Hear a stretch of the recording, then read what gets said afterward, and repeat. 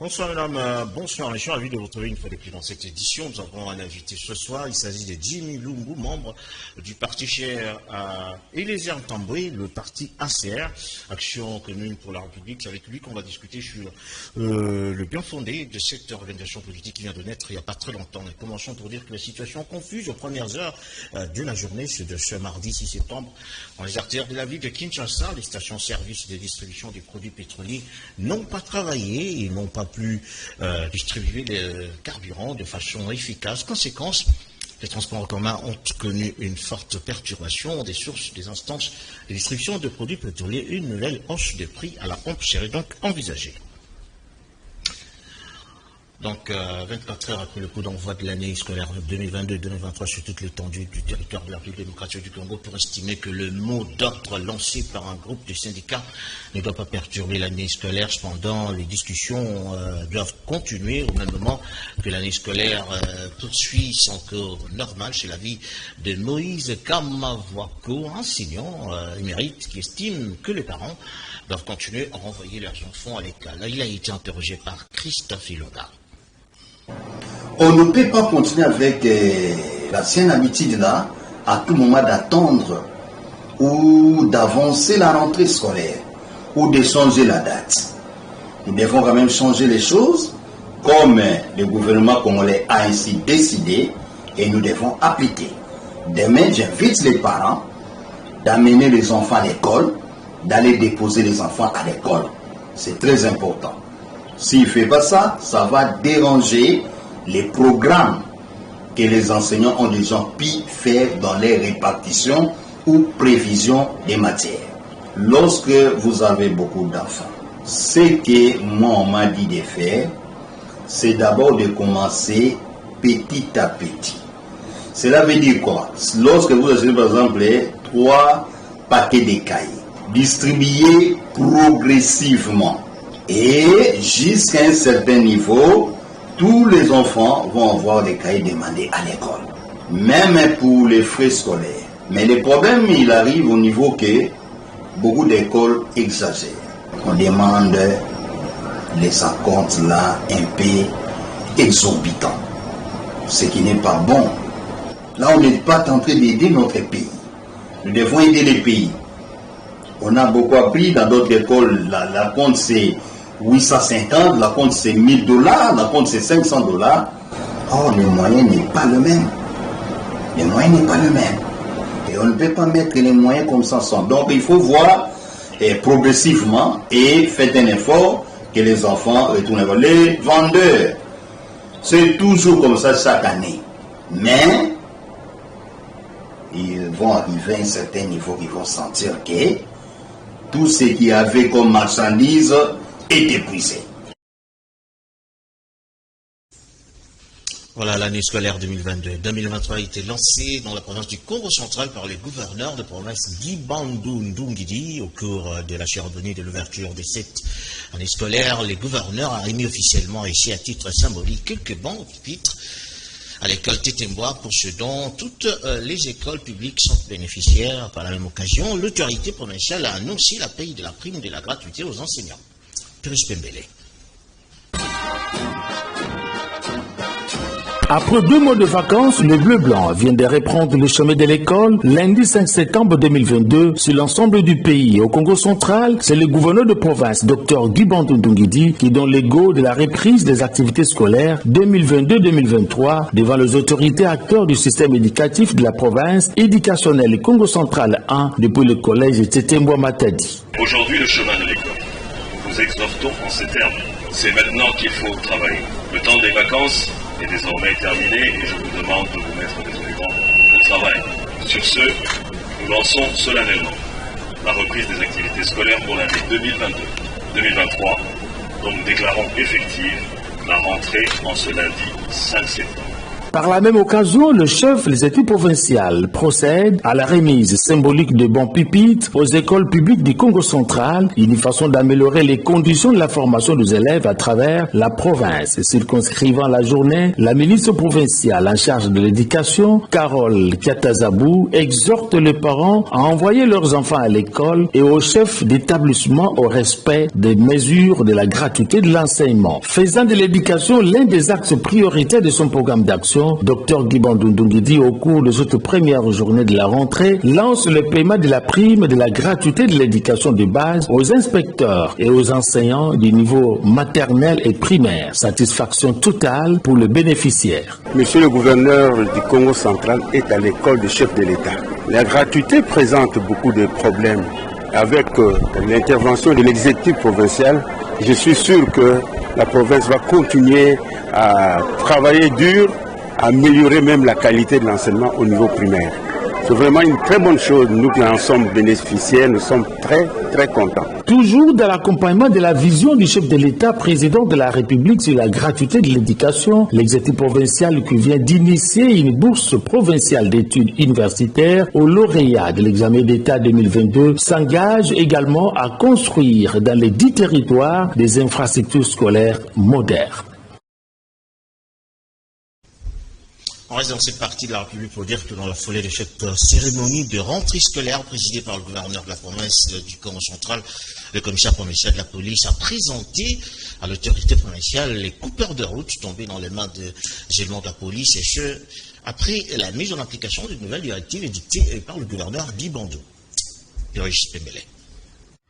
C'est devant l'esplanade de l'état-major commandement du commissariat provincial de la police nationale du Congo central au quartier ville haute Palace que ces présumés hors la loi reconnus comme coupeurs de route qui opèrent sur la nationale numéro 1 entre Matadi et Kinshasa ont été présentés devant le chef de l'exécutif provincial du Congo central, Dr Guy Bandou Ndungidi. Au total, ils sont 19 présumés criminels, dont parmi eux un élément des forces armées de la République appréhendé à Manzangoumou et à Kimpesi. Ils ont été acheminés à Matadi en fait le début du week-end dernier. Pour éclairer la lanterne du gouverneur du Congo central, Dr Guy Bandou Ndungidi, qui a foulé pour la première fois les sièges de l'état-major commandement de la police nationale de sa province depuis son arrivée à la tête de l'exécutif provincial. Le secrétaire général du commissariat provincial, le commissaire supérieur adjoint Innocent Eila Pindi, a reçu l'ordre du commissaire provincial ad intérim, le commissaire supérieur principal Blaise Moulakili Malimba, pour dévoiler l'identité de chacun de ces présumés hommes sans foi ni loi, ainsi que la logistique qu'ils utilisent pour semer la terreur et la désolation au sein des paisibles citoyens.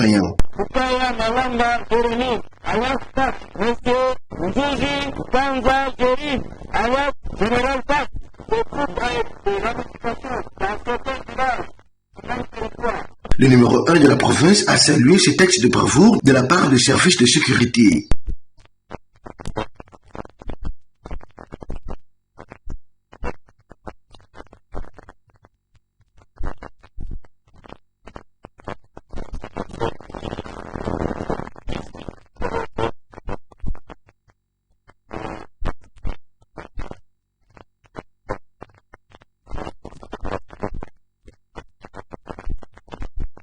Ces jolis coups de filet et tributaires aux nouvelles stratégies mises en place par le numéro 1 à l'intérim de la police nationale du Congo central, le commissaire supérieur principal Blaise Moulakili Malimba, qui est décidé et déterminé à faire de cette province un véritable havre de paix. Je vous ai annoncé au début de ce journal, Jimmy Lumbu, vous êtes membre du parti ACR, Action commune pour la République, parti de l'honorable Eliezer Tamboué. Vous êtes dans la communication, vous pouvez dire, puisque peut-être que vous avez le courage de passer à la télévision pour parler de votre parti qui vient de naître. Je commence par vous dire bonsoir, monsieur le journaliste. Oui, bonsoir. Je suis membre de Action commune pour la République, comme vous le dites.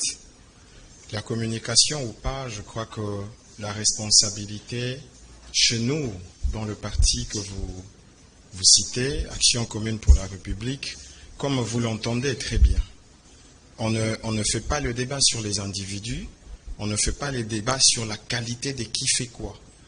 Les débats chez nous, c'est autour des compétences et aussi du choix porté. Et je crois que je suis venu répondre à certaines questions au nom du parti. Loin de nous l'idée de faire allégeance à telle ou telle autre théorie. Je crois que nous communiquons sur le parti et c'est ce qui est important pour le moment. Le parti existe, ça fait peut-être quelques jours seulement. Il faut dire que c'est Elias Tamboué qui est le président pour l'instant de ce parti. Sûrement que bon, peut-être avec le temps, vous allez peut-être avoir également d'autres choses. Bien, la question suppose, qu'est-ce que vous amenez finalement dans cette marmaille de partis politiques qui existent déjà en RDC? Je crois que la question, elle est fondée et elle est collective. Collective parce que plusieurs se posent la même question, j'ose croire. Si vous étiez sur le pas de suivre ce qu'on a fait le samedi dernier à la FICIM, je crois que votre chaîne pouvait, ou elle a assuré la couverture. Le président du parti a pris la parole dans son discours, dans son allocution. Il a dit ceci: nous ne venons pas comme un parti en surnombre. Certes, la République démocratique du Congo compte plusieurs partis politiques. Certains disent plus de 800, on n'a pas les vraies statistiques, je me réserve le droit de dire exactement combien en sont.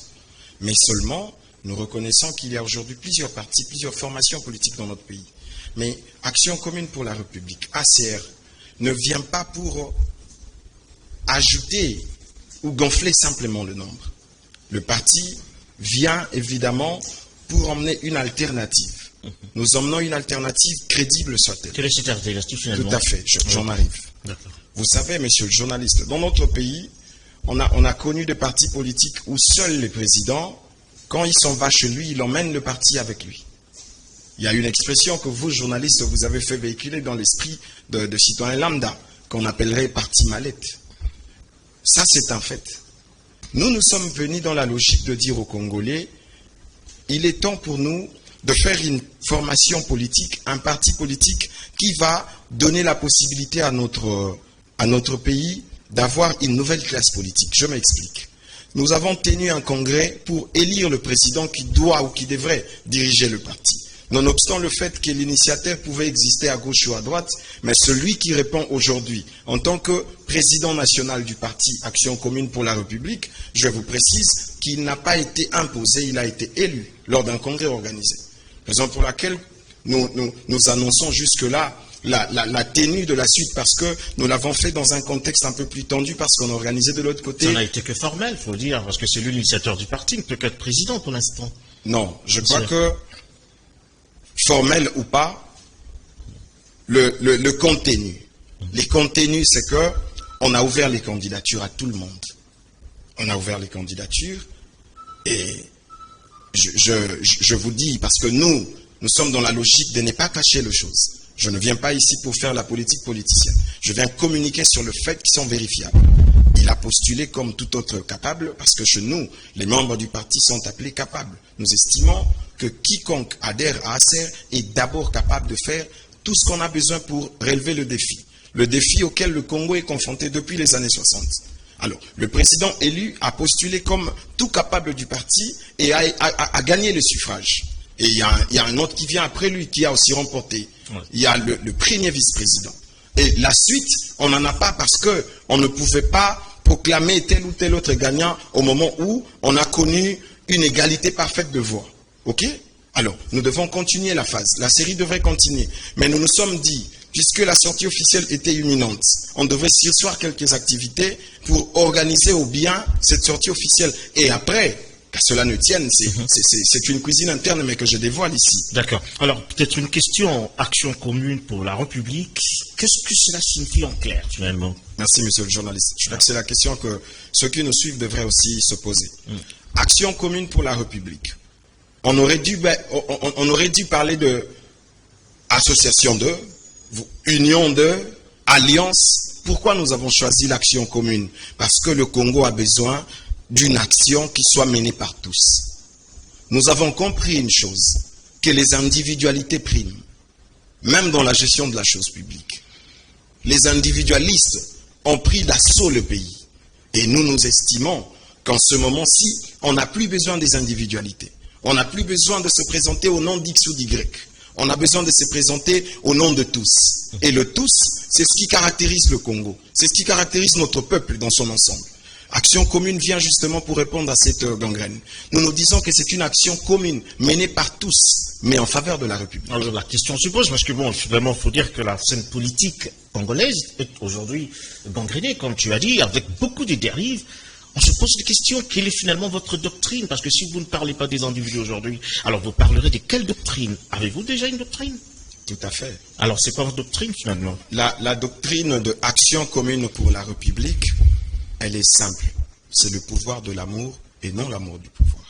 Ça, c'est pas la devise. C'est pas la devise, parce qu'il y a une différence quand une devise et puis une doctrine. Monsieur le journaliste, je crois que le Congo a aussi un problème de concept, un problème d'expression. Qu'est-ce que vous entendez par doctrine? Qu'est-ce que vous appelez doctrine? Je crois que c'est l'âme qui motive.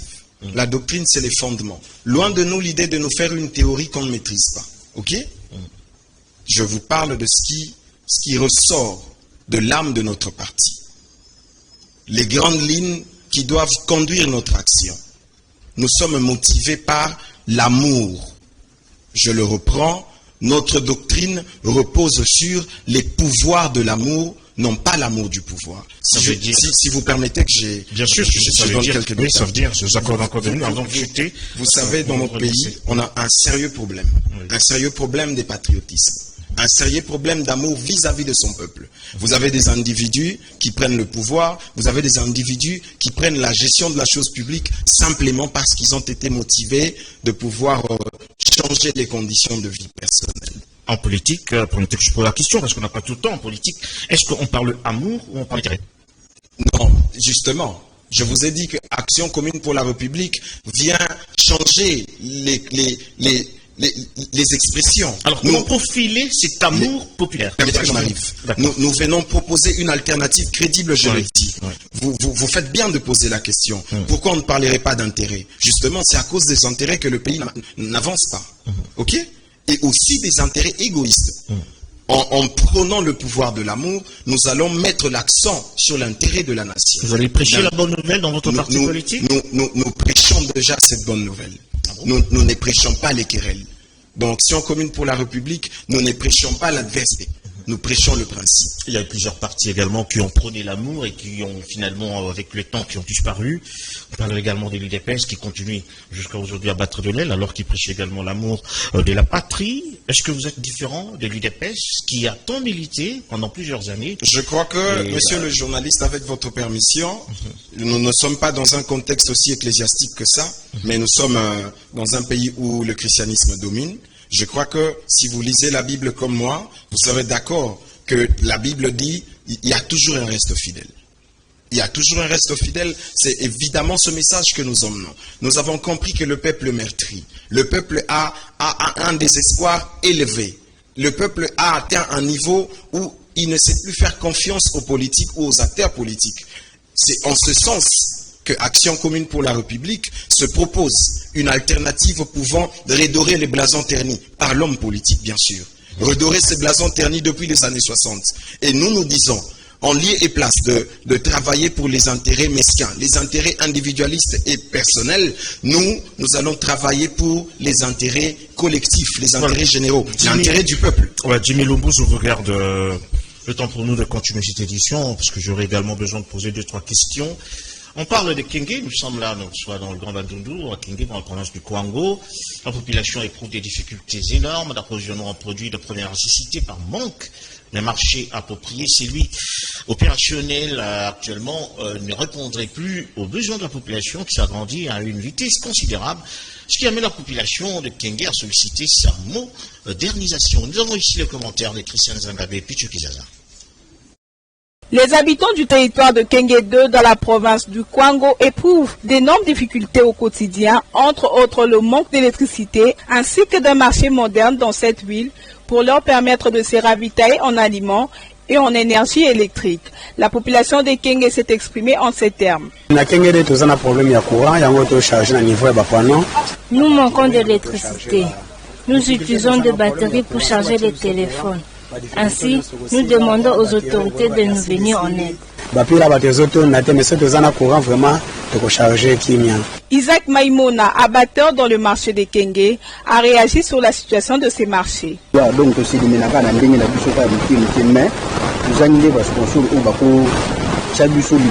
Nous manquons de marchés modernes en ce lieu pour nous permettre d'effectuer la vente en toute sécurité. La population du territoire de Kenge 2 lance un cri d'alarme aux autorités compétentes afin de les venir en aide. On retourne à Kinshasa pour parler d'un câble électrique de la SNEL qui a failli emporter quelques personnes au quartier Manantounou. Dans la commune de Selimba, où il s'est détaché suite à une mauvaise manipulation, les témoins sur place ont estimé qu'il est important que les autorités de la SNEL reprennent le câblage pour pallier, voulais-je dire, à ces désagréments, qui de reste n'est pas le premier. Constat de Julienne Sarah et Choné Kassiara. C'est aux environs des 2 heures du matin de ce lundi 5 septembre 2022 qu'il y a eu section d'un câble électrique au quartier Manantounou sur l'avenue Mataba, dans la commune de Selembaou. Depuis lors, aucun agent de la SNEL s'est présenté pour régler la situation. Notons que quelques personnes vendent aux côtés de ces câbles pour subvenir aux besoins de leur famille. Bon, nous avions toujours dit que la gestion des câbles électriques doivent être suivie par la SNEL. Il faut qu'il y ait un service qui s'occupe de cela. À la cité ici, combien de fois on n'a pas vu de telles bavures. Il est fort regrettable que aujourd'hui la SNEL n'est pas en mesure de pouvoir faire le suivi de cette gestion des câbles, parce qu'à tout moment, par-ci par-là, dans les communes, dans les quartiers, on voit le fil, le câble électrique qui s'affaisse et c'est un danger public pour la population. Et à côté, c'était bizarre, à côté de ces câbles-là, on trouve le moment qui vendent. Et cela, c'est parce qu'ils n'ont pas là où il faudrait trouver des endroits propices pour faire leur vente. Les habitants de ce coin de la capitale lancent un cri d'alarme aux autorités de la SNEL de leur venir en aide afin d'éviter des pertes en vies humaines. Le franc congolais ne cesse de déprécier ces derniers face à la devise américaine, le dollar. Sur le marché de change, le dollar américain se négocie à 2050 francs congolais. Cette situation monétaire de la monnaie locale a comme principale conséquence la hausse des prix de biens de première nécessité. Le panier de la ménagère est sensiblement menacé. Un collecteur d'eau est bouché depuis quelques jours dans le quartier Sinkine, dans la commune de Bandalungwa. Cette situation suscite d'énormes inquiétudes dans le chef de la population de la commune de Bandalungwa. Les associations du quartier ont à maintes reprises interpellé les autorités communales sans succès. Et ce désagrément est finalement réprouvé par la population. Image de commentaire. C'est depuis plus de 5 ans que les habitants de la commune de Bandalungwa, au quartier Sinkine, sur l'avenue Kassavubu, sont victimes des inondations causées par les agents commis au curage de caniveaux de ces quartiers, occasionnant ainsi le bouchage de caniveaux qui empêche la canalisation d'eau. Malgré la visite des officiels, il n'y a eu aucune suite favorable. Les habitants de ce coin en appellent aux autorités compétentes afin de trouver une solution adéquate à cette situation. 5e année en Ngoyo, Kozodinda. C'est depuis 2017. C'est depuis beaucoup de temps que les eaux du quartier Bisengo, jusqu'au niveau du Michael, ont du mal à se déverser dans la rivière Makelele. Car les collecteurs qui servent les canaux ont bouché. Nous avons demandé qu'un autre collecteur soit construit, mais cela est resté sans suite. Cependant, nous vivons des situations déplorables depuis près de 5 ans.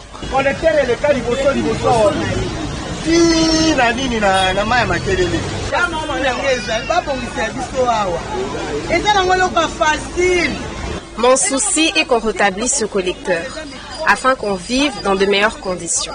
Les autorités empruntent cette route, cependant, ils ne prêtent pas attention à notre cas. Depuis qu'on a placé les séparateurs, la situation a encore empiré. Alors nous demandons aux autorités compétentes de nous aider à remédier à cette situation.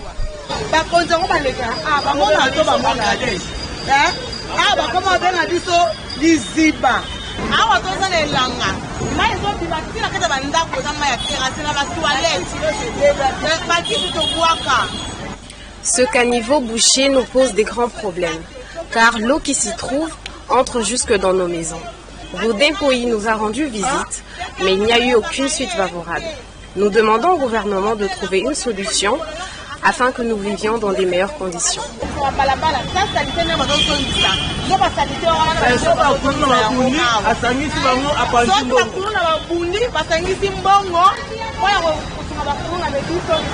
Ces inondations à répétition ont beaucoup duré. La population de la commune de Bondalungwa espère que cette fois-ci, leurs cris de détresse seront entendus à travers le curage de caniveau.